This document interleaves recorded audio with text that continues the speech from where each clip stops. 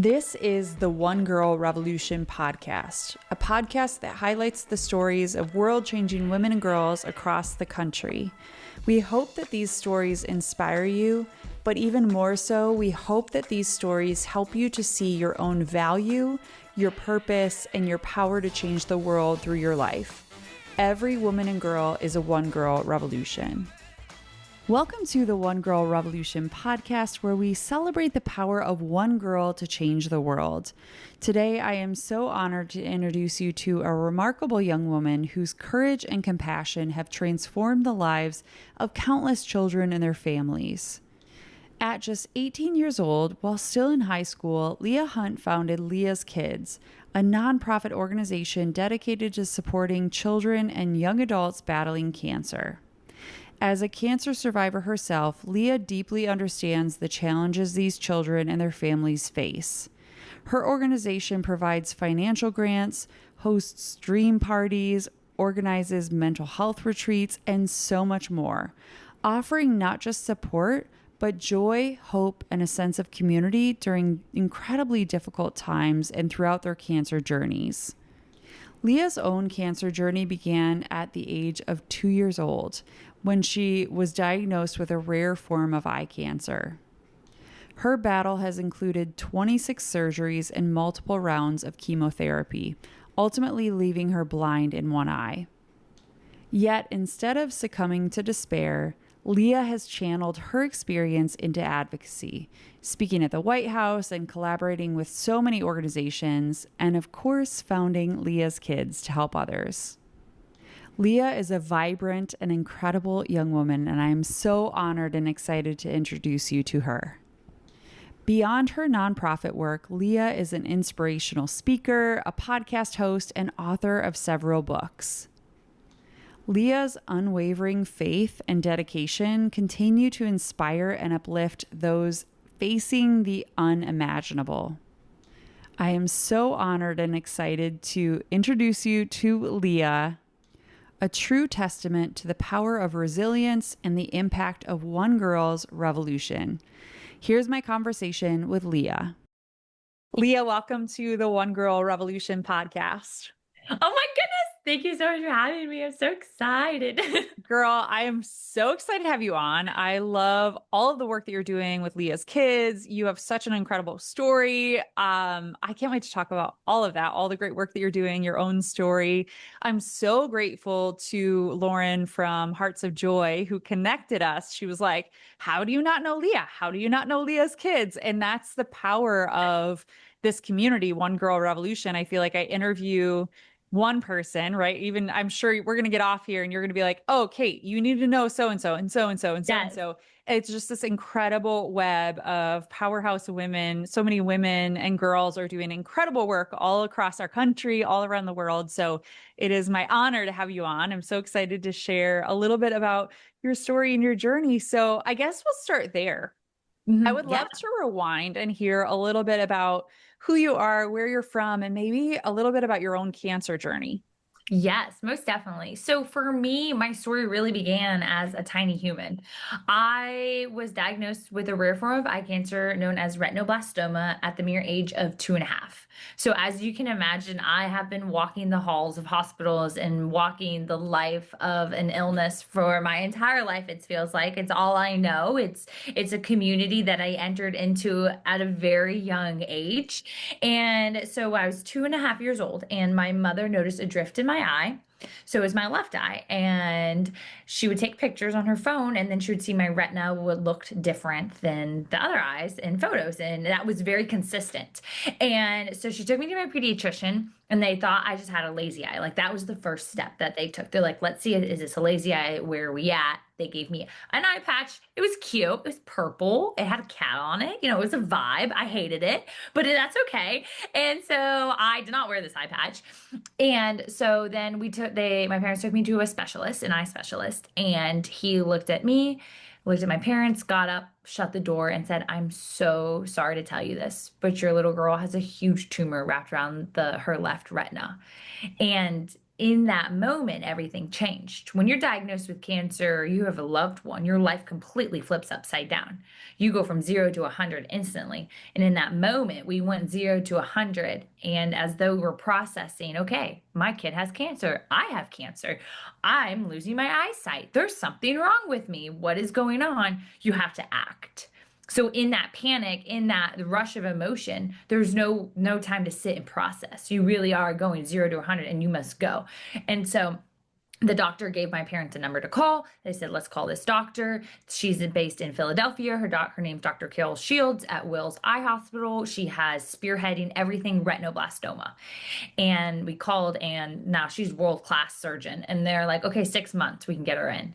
And then my doctor called back and said, Leah doesn't have 6 months. She has right now.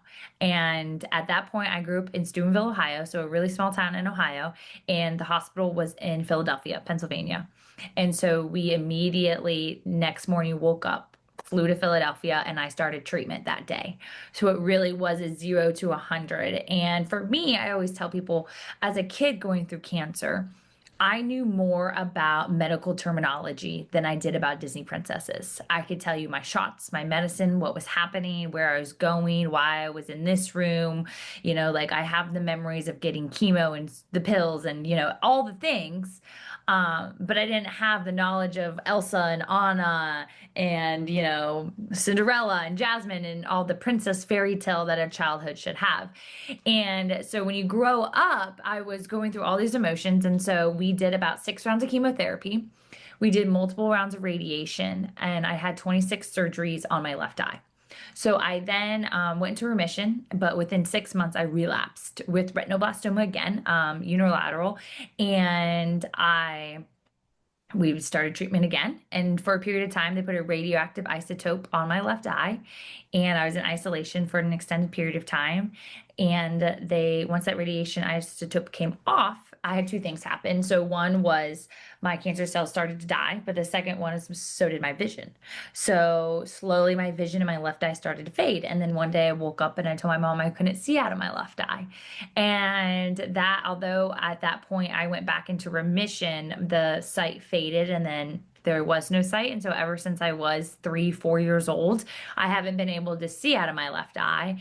And I have still been, growing up with the long, late side effects that come with cancer, that it follows you around. And but that's really like, that starting moment that I think is what kind of put my life on a different path. Yes, a different path from other children, but also a different path inside the childhood cancer world.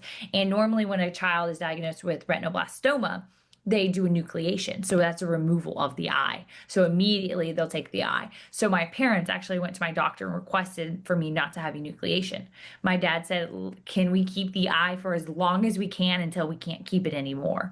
And so I was one of the first kids in the US to not have enucleation. And now that is one of the protocols for kids with retinoblastoma diagnosis, is that you do not have to have your eye taken out. You can keep your eye until you can't keep it anymore. And so I am very fortunate that I do have my real eye. It drifts. It's a different color. It does its own thing. It has a little party. However, it is still my eye.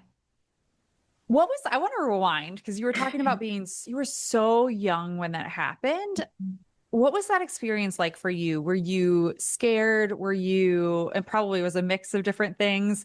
You probably didn't know as much of what was happening as your parents did. Maybe it was more terrifying for your parents going through that. But what was that experience like for you as a kid? For me, it was part of my daily life. So I knew what to expect in a way. I didn't know what to expect, but at the same time, I knew I was going to go see Dr. Shields. I knew I was going to go get a stuffed animal when I finished another round of chemo. I knew my mom, dad, and I were going to have to get in the plane and we were going to have to fly. And I flew in my little tutu dress-up outfits. And I knew that I was going to go do something. I just thought everybody was doing that. And it really wasn't until I was older. It probably was until really when I was in like fifth, sixth grade that I really had that aha, I know what's happening moment. And so it wasn't until I was really older. And I remember I was in the school hallway and we had to make a timeline. You had to make a timeline of your life. So my peers in school. They did first birthday, second birthday, graduated kindergarten, went to Disney World, went to the beach. I did first surgery, second surgery. I did a Make-A-Wish trip. I did, got to go see Dr. Shields, and I had little tiny pictures of me in Philadelphia because that was what I knew. And I didn't know my teacher was going to hang them in the hallway. And I remember I get to school one day and everyone was surrounding my timeline. And at that point, I didn't really talk about my cancer. It wasn't what it was now, what it is now. It wasn't this hot topic that we talked about. We had open-ended conversations and all this stuff. It was very much, I was very shy. I was very quiet, but cancer in its own looked very differently, 2010. And I just remember in that moment, my timeline looked different. And I was like, I always knew there was something a little bit different with me. I always knew my story was a little bit different, but I didn't know that nobody else had anything like me on theirs. And I think that is really when things started connecting. And so, like, I have the memories of sitting down in the waiting room, and I was telling someone this over the weekend and watching a Rainbow Fish. And that was the DVD I had in my DVD player. And I had all the other little girls, and we would sit down and we would have Rainbow Fish, and we would wait for in a room for one of our checkups. And we would joke, okay, now it's your turn to go see the doctor. And now it's your turn to go see the doctor. And to me, I just thought everybody did that. I saw other kids there. I saw myself there. My mom, my siblings knew it was normal. But so as I aged, I was like, oh, not everybody has cancer. And at one point, I grew up on a ranch, so I wanted to name my horse Cancer. My sister was like, what do you want to name our horse? I was like, let's name it Cancer. And she was like, oh no, Leah. I remember it distinctly. We were at a red light. She turned around, she looked at me, so did my mom was driving. And they go, you don't want to name your horse Cancer. Cancer's not a good thing. But I'm over here like, hey, I had cancer as a kid. I'm here now. God's got me. It's going great. I don't really know why I'm sick all the time still, but that's okay. Let's name a horse Cancer. So that was a whole other thing. No, I think, and I wanted to ask you that question because I think a lot of times in our life, and especially children are so resilient, right? You didn't know, like, oh, this isn't normal. Like, I'm going to the hospital all the time. And I grew up, I still have it, a very rare immune deficiency. And so my youngest sister and I both have it. And we grew up we were in the hospital a lot as little kids. And most of the time they put us in the cancer ward. And so we'd play with other kids and it was like, do I have cancer? No, I don't have cancer. But it was so normal to us. All of our friends were in the hospital all the time. Right. And in retrospect, it's like, that wasn't normal, but I just thought it was normal. And then it kind of like, it's weird because even as kids, it sort of becomes your superpower, because then it's like, oh, I have all these stories to tell. And you go to school and it's like, yeah, kids are going to Disney World. And you're like, well, I went and got 50 different blood, I got my blood taken. I got 50 different tests. I could tell you all about that. And it's so almost like in a weird way becomes your superpower. And I think now, unfortunately, there's so many other children, and you experience this every single day with the work that you're doing, where it's more outward. And maybe that's because of social media. Maybe that's because of just the culture that we live in, where people share their struggles and share the different things that they're going on health wise. And that's so important because it just sort of normalizes it for kids, and it normalizes it for everybody. Hey, we all have our own thing, and maybe it's not cancer, maybe it's something else, but those parts of our stories, those aspects can become our superpower. And that's really, I think, what cancer has become for you. Yes, I would agree with that. I definitely like one to your talking point, like social media, I think has helped in that way. It has really given to people a way to almost share that cross that they're going through, to share that hardship, but also normalize it. Because now I've met so many other teens and so many other girls that went through cancer, had similar stories. And last October, I got to speak on a panel, and that panel was of all girls with my cancer. But all of our treatment plans were very different. They all had enucleation. I did not. They didn't do chemo. I did. So it was very different. But I was like, that was the power, though, of being able to meet and share. And we all got to share to these parents of newly diagnosed retinoblastoma kids that, hey, this is what worked and this is what didn't work. This is the book that my mom got me. Hey, shaking hands is really hard when you're blind in one eye because you're going to miss the hand about 7 times before you get it. So I really think that power of being able to almost expose yourself with your weakness is the greatest gift that we have right now. And I think sometimes we can overlook that, but it is so important. And I always tell people, I said, I'm so grateful for my cancer. I said, yeah, it sucked, and I probably wouldn't have chosen it if I didn't know what was going to come from it. But because of my cancer, I found a purpose within the storm. And I'm so thankful. And I tell them, I say, if God says, like, hey, Leah, you get cancer again, then I'm like, alrighty, because I have that trust that, we can take this negative thing that the world sees and we can make it into something beautiful, but it all comes down to the power of choosing that. That's not something that I just woke up as a 7-year-old and was like, hey, thank you for my cancer, all is well. Like, no, that took me years of self-discovery and mental fortitude and working through things.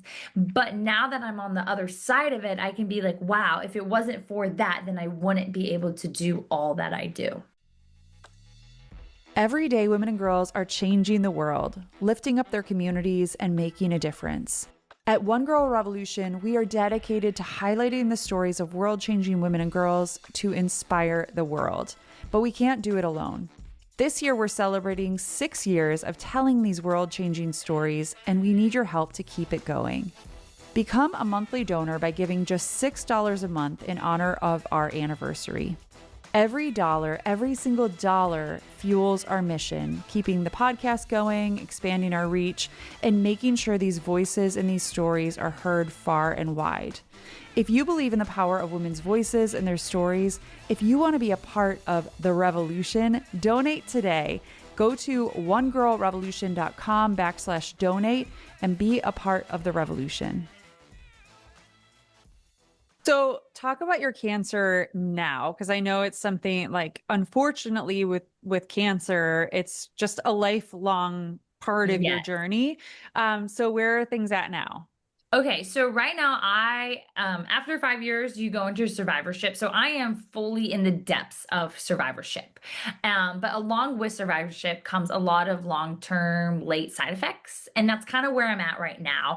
I'm still cancer-free from retinoblastoma, thank goodness, and that's a beautiful gift. I am being watched very closely for lots of other cancers, which is a whole other world of fun. But for me, I've always said that there's two battles to cancer. It's the before and it's the during. And it's before you're diagnosed, while you're in the midst of it, and it's you versus yourself, and the spaghetti dinners have slowed down and it's you and you're working through it. But then there's this other third little section, and that's when you are trying to live life post cancer and things keep coming back up. And that's kind of where I'm at. I'm kind of at that point where it's like, oh, I'm trying to live my life, but now I have these side effects, and I saw them very beginning as a kid in school, like with one eye, migraines, and the had the AIDS, and being on treatment and not and needing someone to read all my tests to me, and having my aide take me to this class and this class and this class, and all those things came up. And as I age older, there's lots of new ones that are coming up, but I will say I am still cancer free. So that is amazing. But now we're really watching my right eye, and there's some unique fun things happening there, and all different things like that. So I will say the cancer journey, there is no period. There's a beginning, middle, but there's no end, because it just keeps going. And especially an RB kid, so retinoblastoma kid, you are very likely to have a retinoblastoma, get re-diagnosed again.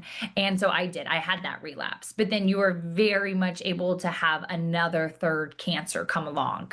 And that could be a different cancer. And that's kind of where we're at with me right now, is watching what can come and what might come and what might not come ever. But my body went through so much as a kid that all that is starting to come out now.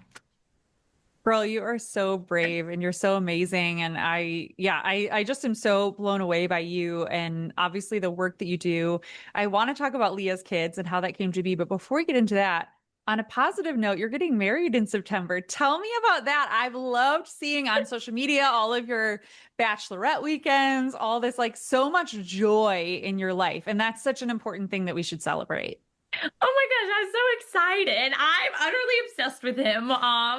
He would be shaking his head right now if he He is the best. So his name's Sean.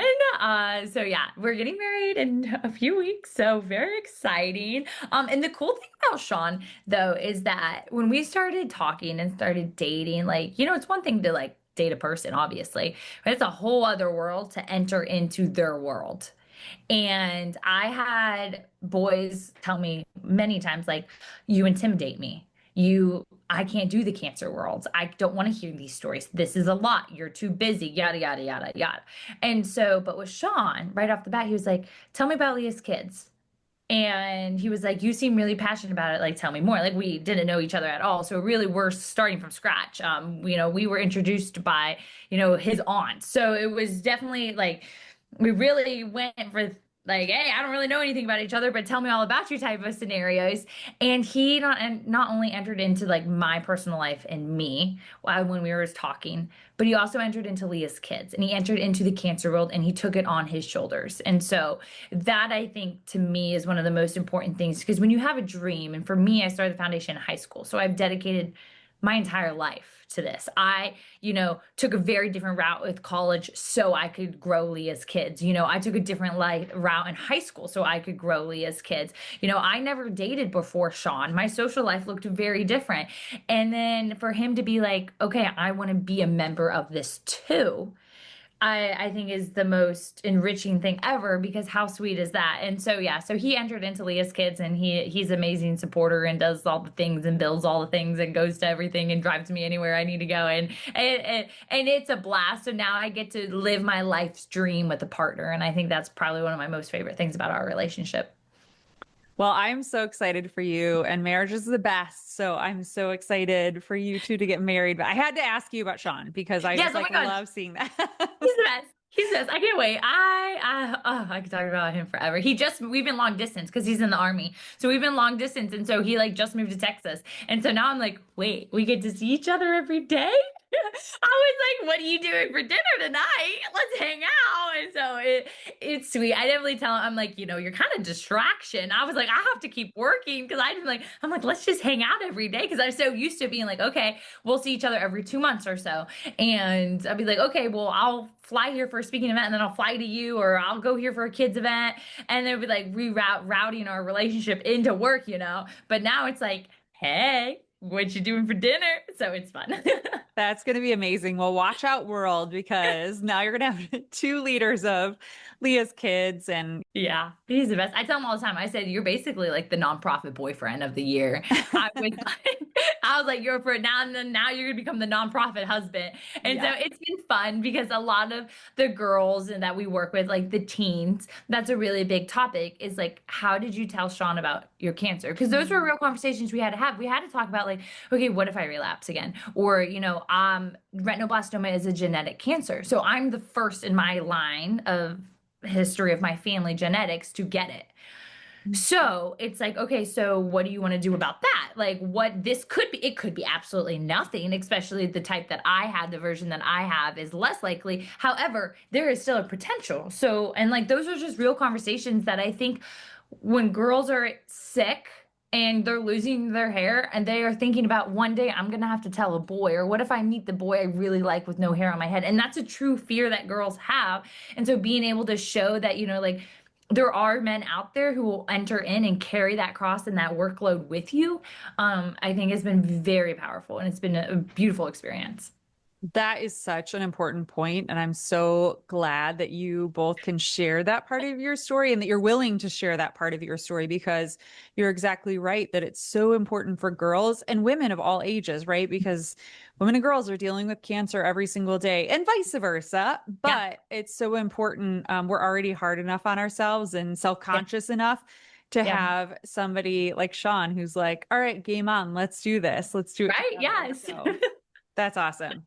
All right, let's go back to Leah's kids. So, how did you first decide to start Leah's kids? Was it there a spark moment? Was it kind of a conglomeration of different things that happened that made you start it? How did you start it?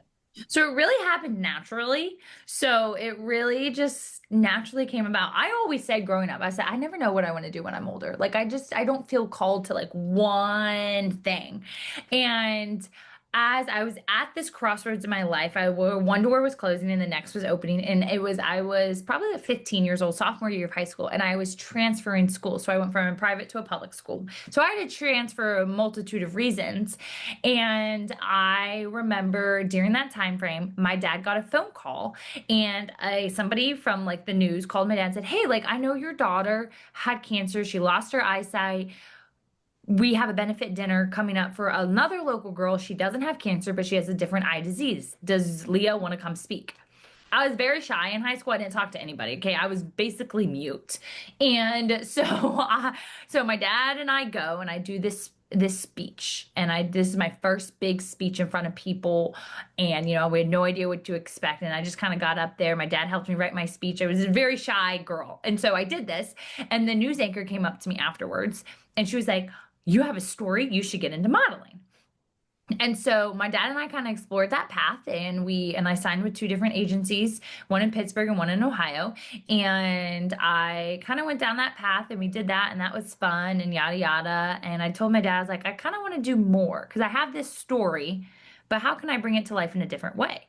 And then I got in contact with a photographer and a videographer, and the videographer was a video producer for Deadpool. And they called me and they were like, "Hey, we want to make a documentary about Leah's kids or about Leah." And I was like, "Oh, I have track practice." And I literally was like, "I can't." I was at a track meet the day they called, and I said, "Well, I'm not in town. It's my state meet. I can't really come. But thank you." And they're like, "No, no, no. We want to make a video about you, and you should like say yes." And I was like, "Oh, okay, let me call my mom." So I like call my parents. It's like a whole thing. And so we schedule it for the next week. And I was like, absolutely. Okay, so we did this. We made this video. It was fun. It's like me sharing my story for like the first time. I'm like, I don't know how to do this even. And so that happened. And then he puts it on YouTube, and it blows up. And they're like, "So what's Leah doing next with her life?" And he's getting all these emails. And then they call me. They're like, "What are you doing next with your life?" And I said, "Well, cross country season starts here in a few weeks, so I got to go to practice again." And it's just like this funny story of just me being just an innocent kid, just living my life, and these things are happening. And flash forward, I go to my parents and I go, "You know what? Social media starts getting big. I start hearing about other kids' stories and hearing what other parents are going through. And I'm like, wow, that was me." Because again, I was in a small town and I didn't see anybody with cancer outside of the hospital room. So I didn't have anyone to talk to. I didn't know anything about what was normal, what wasn't normal. I had no community. And then I get on social media and I find like one Instagram about a kid with cancer. And then I find another, and I find another, and I find another. And I'm like, there's a whole world of people out here like me. It's almost like I was like this rare animal in a field, and then I found my community of animals, and I was just like, oh my goodness, all this is happening. So I go to my parents and I'm like, look, I said, there's more people like me, and I'm having all these revelations and all these things are happening. And I told my dad, I said, I really like modeling. It's so much fun. I'm so grateful for it. I said, but I thought I could do it to use my story, and I want to use my story in a different way. Now, granted, I love modeling still to this day, but that was kind of the stepping stone into Leah's kids. So we call the videographer and the photographer man, and they come over to our house, and it's my parents and they come over, and we just have a brainstorm session, and we just start talking about all the things and what I can do, and the direction and the colors and the website. And I remember my dad was like, have you ever thought about starting just your own nonprofit? And on my 18th birthday, flash forward senior year of high school, my 18th birthday, I sit down on my birthday evening, because you have to be 18 to have a nonprofit in your name. And we filed the paperwork with the IRS, and Leah's kids was born, and it was born in secret. I didn't tell anybody. I didn't even have a Facebook page. Like that's how where we started from. No Facebook page. And we just started donating to people, and I would just find kids in the newspapers and their spaghetti dinners, and I would show up and I would say, "Hi, I'm Leah. I had cancer as a kid. Here's $1,000 to help pay your bills." And that's just where Leah's Kids started, and since then my life has been completely and utterly different. I know that it's like grown and evolved through the years, but also I love that evolution story, right? Where it started and you were like, "Hey, we're just raising money and like showing up." I'm sure that was just shocking to a lot of these individuals and families, because people don't even think about all the different little things, right? Obviously, cancer is a drain emotionally, it's a drain financially on families, on individuals, but those little things that people can do to even say, here's a check or here's a gift card. That's one thing that we've talked about a lot on this podcast when a family is going through a cancer diagnosis or really anything to say, hey, here's a DoorDash gift card, right? We can all do something and it's so easy, but I love that that's sort of where you started, that it's just like, hey, I'm going to go and help these families out, help these individuals. So, for people that are listening, I know it's grown and evolved so much over the years, but talk about what Leia's Kids is today and talk about the great work that you do. Yes. Okay. So Leah's Kids, where we are today is like I always say to sum us up in one sentence is we're boots on the ground for pediatric cancer in all ways. Because every family's fight, just like what you said, is very different. There's a multitude of needs that need to be met. So we have created the structure to meet different needs, how families need it. So our four pillars that we stand strongly on is financial grants, that miscellaneous, that is it the parking garage you need help to pay for? Is it childcare? Is it a tutor for brother or sister? The miscellaneous things that we don't think about, that check. So we would give them that little mini grant. Then we have a family day. It's a family dream party, and it's a time for family to be together. I have four siblings, so family means so much to me. And when one is in the hospital and one parent's in the hospital, what about brother and sister? And sometimes fighting pediatric cancer is doing the dishes.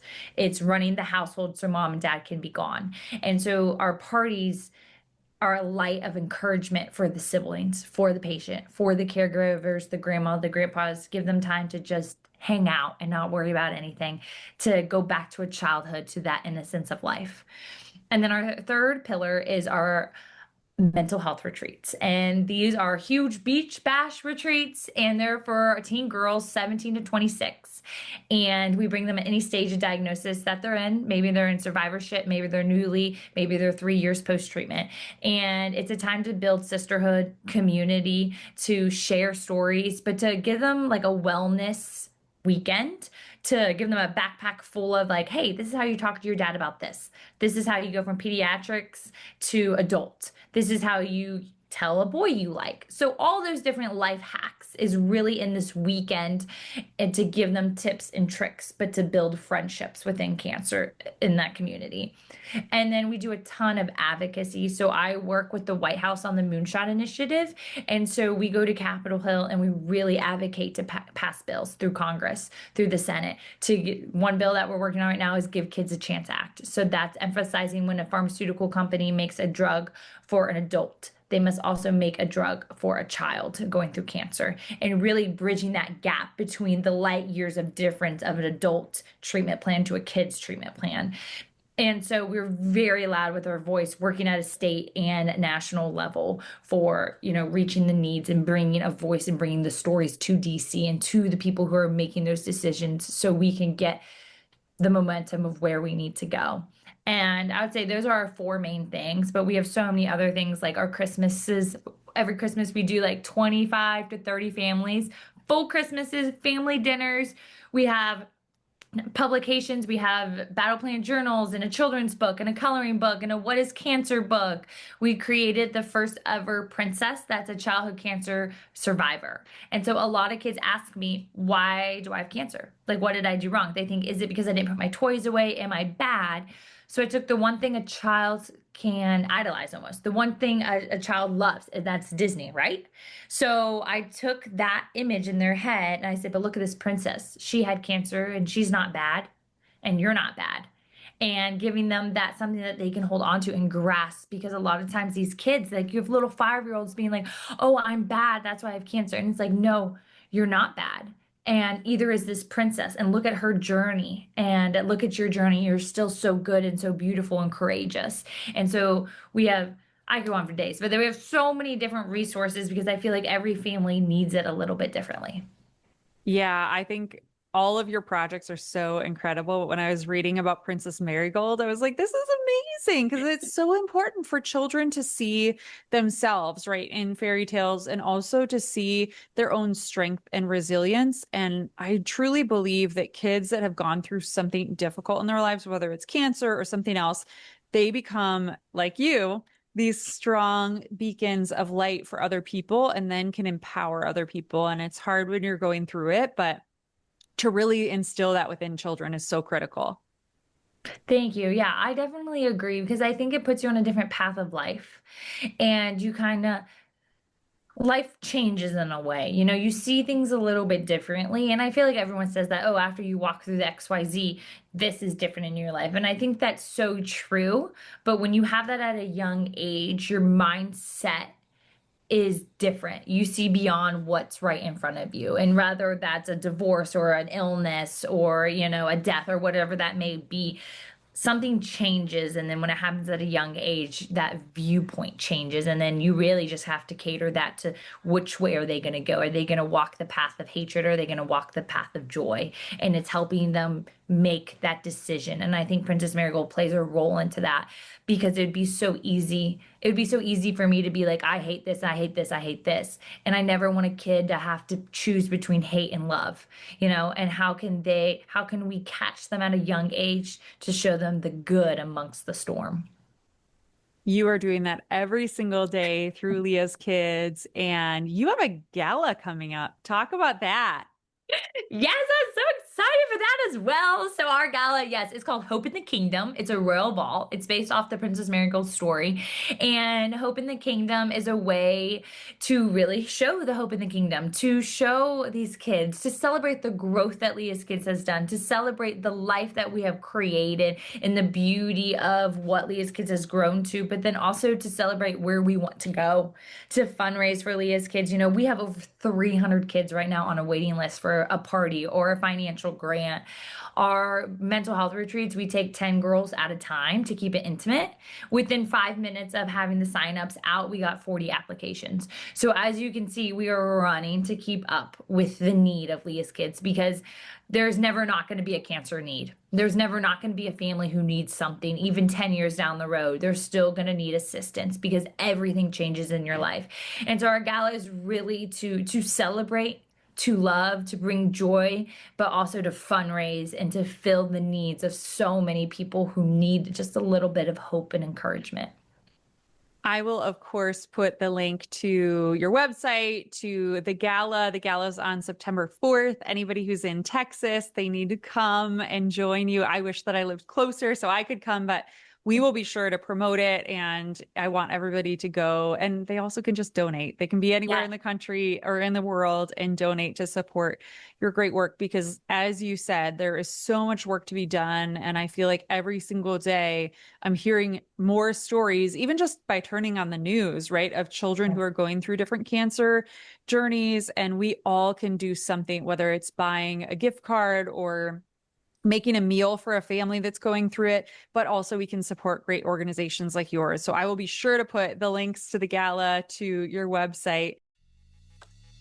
Looking for stories of women who are changing the world? The One Girl Revolution podcast is your go-to for inspiration and empowerment. Subscribe today on Apple Podcasts, Spotify, or wherever you listen to podcasts and never miss an episode. Let's celebrate the power of women together. Leah, I know there are so many stories of children and families that you have impacted through the years, but if you were going to pick one or two that come to mind that you feel like really illustrates the power of what Leah's Kids does and what you stand for, what would you say that story or two would be? So one of my most favorite and memorable stories, it has to do with a little girl from Ohio, and her name is Cece, short for Crescenta, and we gave her family a backyard water park fun celebration. And so she had a cancer known as DIPG. And so this is a type of brain cancer that is sadly terminal. There's no survivors of DIPG. So when you get that diagnosis, the doctors tell you have 6 to 8 months to live, maybe 2 years if you're lucky. And it just robs you of everything, of walking, of talking, of seeing, of breathing, of everything. And we have a ton of kids that have battled DIPG, and it's very heartbreaking. It's running rapid, and we're desperately trying to slow down this diagnosis. And so this little girl, I met her a few times at different events, and then I flew to Ohio and we gave her, she was just coming out of a treatment where she could finally get wet, to whereas before she wasn't able like to do like baths and pools and swimming. And so the family wanted something at home. And so we got all different massive water park blow up slides and snow cone machines and squirt guns. And she invited all her friends. So the whole neighborhood came. And it was the most magical day. We had Moana, the princess, came and did dance lessons, and it was a time for her to be herself, to hang out with her little sisters, with her mom and dad. We were able to celebrate her little sister's first birthday, and we did a smash cake, and all her friends came, and we gave her crowns, and we gave her siblings little crowns that they can wear, and then we gave them a donation to help cover all those bills. But it was a time for her to be together and to make memories. And we did this beautiful party, and unfortunately she did pass away a few months later. So it was one of her last parties that she got to have with all her family and all her siblings and all of her close little friends. She was a little first grader. And so I'd say I think that I think is the definition of Leah's kids. Walking with the families, letting them make a memory. Because even to this day now, her mom and dad still say that was one of their most favorite days they've ever lived. And that was because she was in such pure bliss. And she had her eye patch, and you could tell she was going through it, but she was so excited. She wanted to go down the slide. She wanted to eat the ice cream cone. And that is where the innocence came out. And that's what we want. We want that childhood to be unlocked. And we made a video about it, about the whole thing. It's on our YouTube channel. And after she passed, that's something that the parents can still watch to this day, that they watch every day to really honor her and celebrate her and her beautiful life that she lived and the memories that she left with everybody. That's so beautiful. And I'm getting choked up because it's so hard when it's a kid, and the work that you're doing every single day. It's got to be so hard, but there's also so much light. And we always think that we have to do something really big, right? Like I have to start a business or this huge nonprofit or raise a ton of money to make an impact. Sometimes it's those little things, right? Sometimes it's just throwing a little backyard water park Yeah. party and getting Moana or whatever the little thing is just to brighten these kids' days. And you're doing it on all the scales, Leah. You are doing it on the huge scales, but also the small things. And it's such a reminder to all of us that, sometimes the little things can make such an impact. And it's incredible what you've accomplished and what you're doing every single day. And I can't wait to see where you go from here. So this podcast is all about dreaming, Leah. So I want to know from you, in your dream of dream worlds, where do you hope that Leah's kids goes from here? And what impact do you hope you can have on the world? Oh my goodness, so many dreams. I always tell everyone I'm such a visionary. Every day I have a new dream, whether that's my personal life or the business world. And I, oh my goodness. A dream of mine is really, so I went to college to be an educator. So I have an elementary education degree, and I would love to bridge that gap between education and the cancer world and merging the two in a way with Leah's kids. I would love to also do more with Princess Marigold, which we have a lot coming out with the princess and her series, and maybe some episodes and maybe some audiobooks and a lot of really fun things, because I think Princess Marigold has a huge mission and she has a huge, huge foundation that she can bring to so many people. And there's some other fun little things that I may have to do with little vacations here in Texas for families. So we're working on some things that a lot of projects I have, I feel like are like 10 years down the road, but you have to start now. And I absolutely love it. But right now, what we have cooking, I would say a lot for the education world and a lot with our Princess Marigold series. So I think the dreams are never ending. And then I think at the end of the day, no matter the size that Leah's kids grows to, if we can be boots on the ground and stay to our core, that is the most important thing to me. Because to have a party like we did for Cece, to take a girl to go shopping, to get a girl a photo shoot, to take a boy to a baseball game, to cover a family's groceries, that is what Leah's kids is about. And although we have all these things working right now, as long as we can stay and walk the lane with the families and hold their hands, I think that to me is my biggest dream. Well, I cannot wait to see where you go from here. And like I said to you before we started recording, we will stay in touch with you. I want to keep promoting everything you have going on, everything you have coming up as things continue to unfold.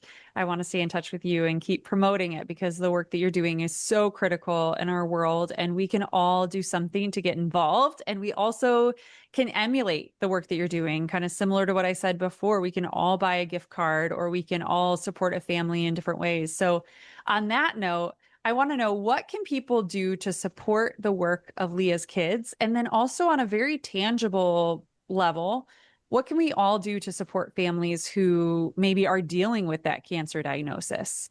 Right, definitely. So definitely follow Leah's Kids. We're on all social media platforms, and I feel like that's just always a basic one to start there. But you can follow us. You can follow me, Leia Hunt underscore or Leah's underscore kids, and really see our family, see our impact. Something tangible that we're doing right now is every September we do a September book challenge, and so we will fundraise for our Princess Marigold books to go to hospitals and go to kids. So we have 25 slots. We have 25 kids we gift books to, and we try to fundraise at $25 a book. And that book of the story of Princess Marigold will go to that kid's home and they get a little care package with it and to share the story and the mission of Princess Marigold.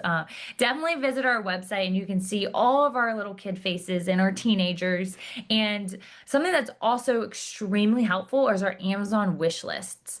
Amazon wish lists are amazing because that is what I can gift to the families. That is what I can restock our office shelves with. That's what I can put into the gala. That is what we can give to others.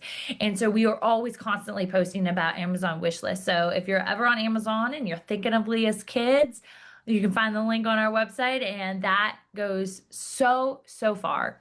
And then I think a tangible way to help families with cancer, I think something to that we get caught on is that a kid fighting cancer looks like a St. Jude commercial, you know, the bald head, the testimonial. But sometimes you go to Walmart and you probably walk past 3 or 4 kids fighting cancer because, you know, a leukemia diagnosis, that's about a 4-year treatment plan.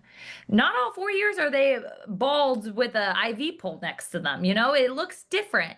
And so I think that sometimes you are around kids fighting cancer more than you realize that they are right next to you. But I think getting involved, I know that volunteering at a hospital or another organization, but really supporting these organizations so they can rally, let them do the boots on the ground.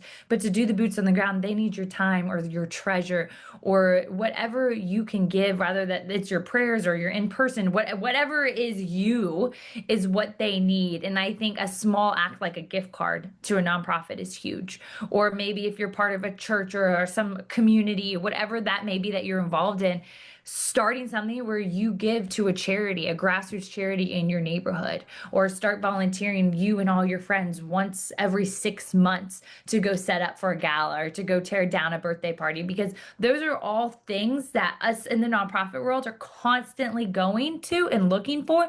And it's so nice when people come to me and be like, hey, I saw you on Instagram. How can I help? And then that having that conversation, that can be the biggest thing. So find your local nonprofits, your local grassroots that are starting out, that are meeting one-on-one with families, whether that's cancer, Alzheimer's, diabetes, whatever it may be, and just sending that message, that quick email, because they see it. I live in my email. I live in my email. And I'm telling you, we see it. We may not answer right away, but we see it. And that is the best compliment we can ever get. It's the best gift ever.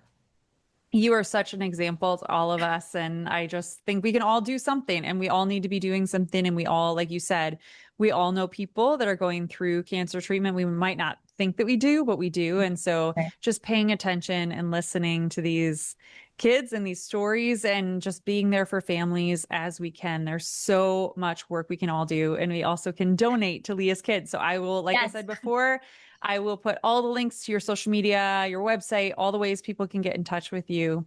Leah, I know that your journey is a part of why you're so passionate about the work that you're doing, but if you could get to the very root of why you do what you do every single day, especially those hard days, because also running a nonprofit is not always easy. I know you are so joyful, you're such a beacon of light, but I know there are also hard days and difficult days too because of the topic that you're dealing with, right? Because you're dealing with real people, real children, And there are really heartbreaking situations that I know you see and experience every single day.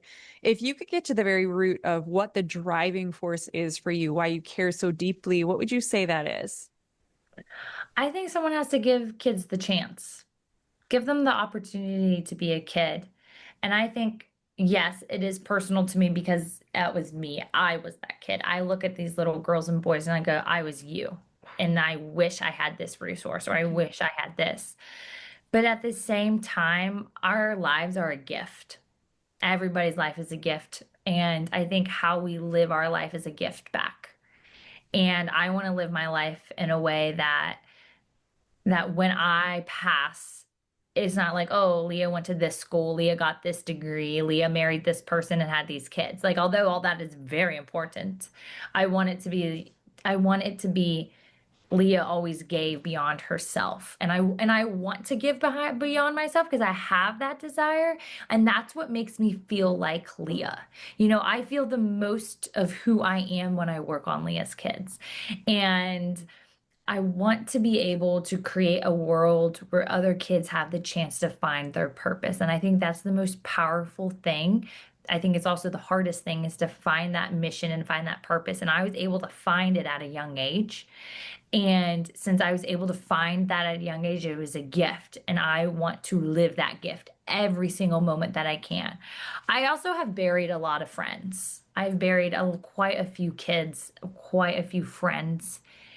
And there's a reason I'm still here, you know? Everyone says, you know, everything happens for a reason. But when you attend a funeral for a girl your exact same age with your exact same cancer, it kind of hits a little bit different. And it would be a shame on me and it would be a sad thing to because she wanted to live. You know, Katie wanted to live her life. She wanted to get married and she wanted to plan a wedding. I'm getting married. I'm planning a wedding. I'm having a gala. I wrote a book. I went to the White House. I did this. I did this. I did all these things. But if I were just to sit on my life, what a waste. Because I know there's about 30 kids in a hospital begging to plan a wedding. There's a long line of teenagers wishing they could go to college, and I got to.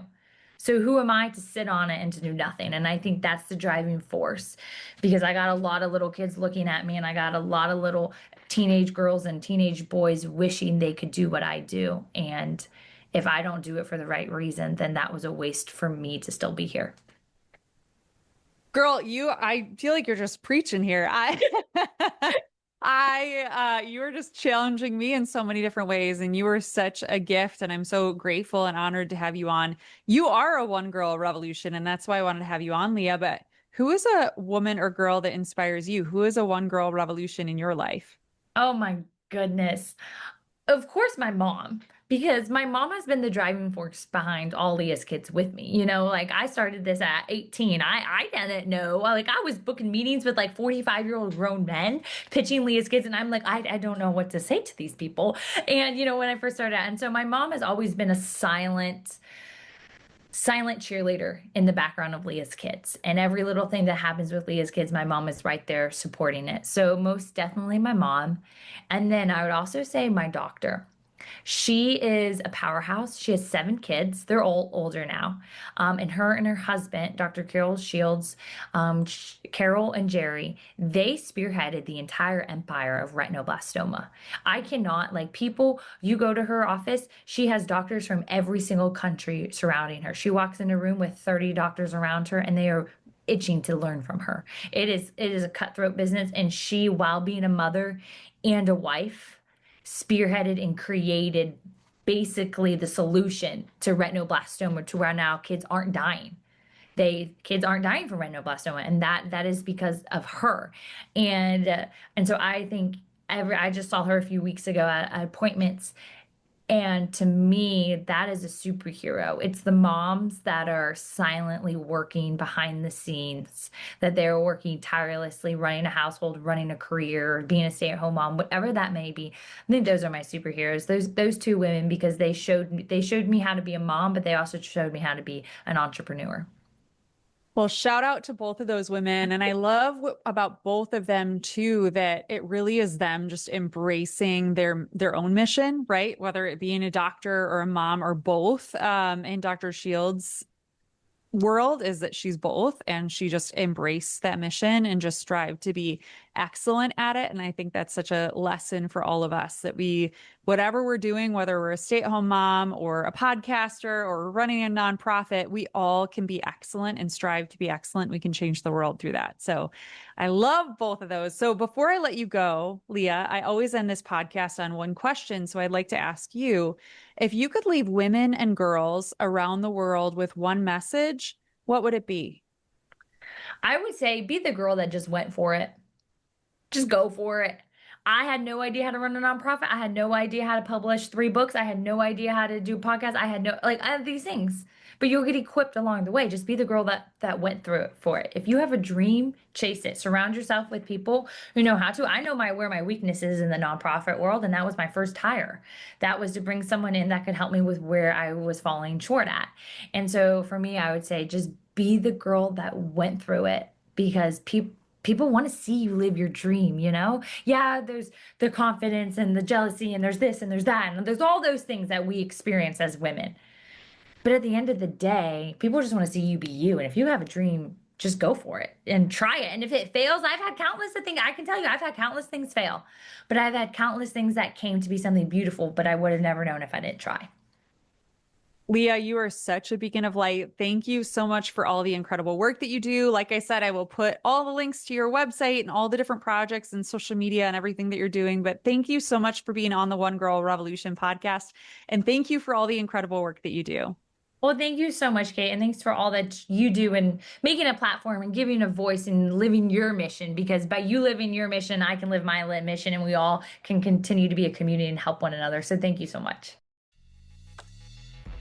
For more from One Girl Revolution, to listen to all of our podcast episodes, watch our Emmy-nominated documentary series, follow us on social media, donate to our nonprofit organization, and more, please visit onegirlrevolution.com. That's the number onegirlrevolution.com.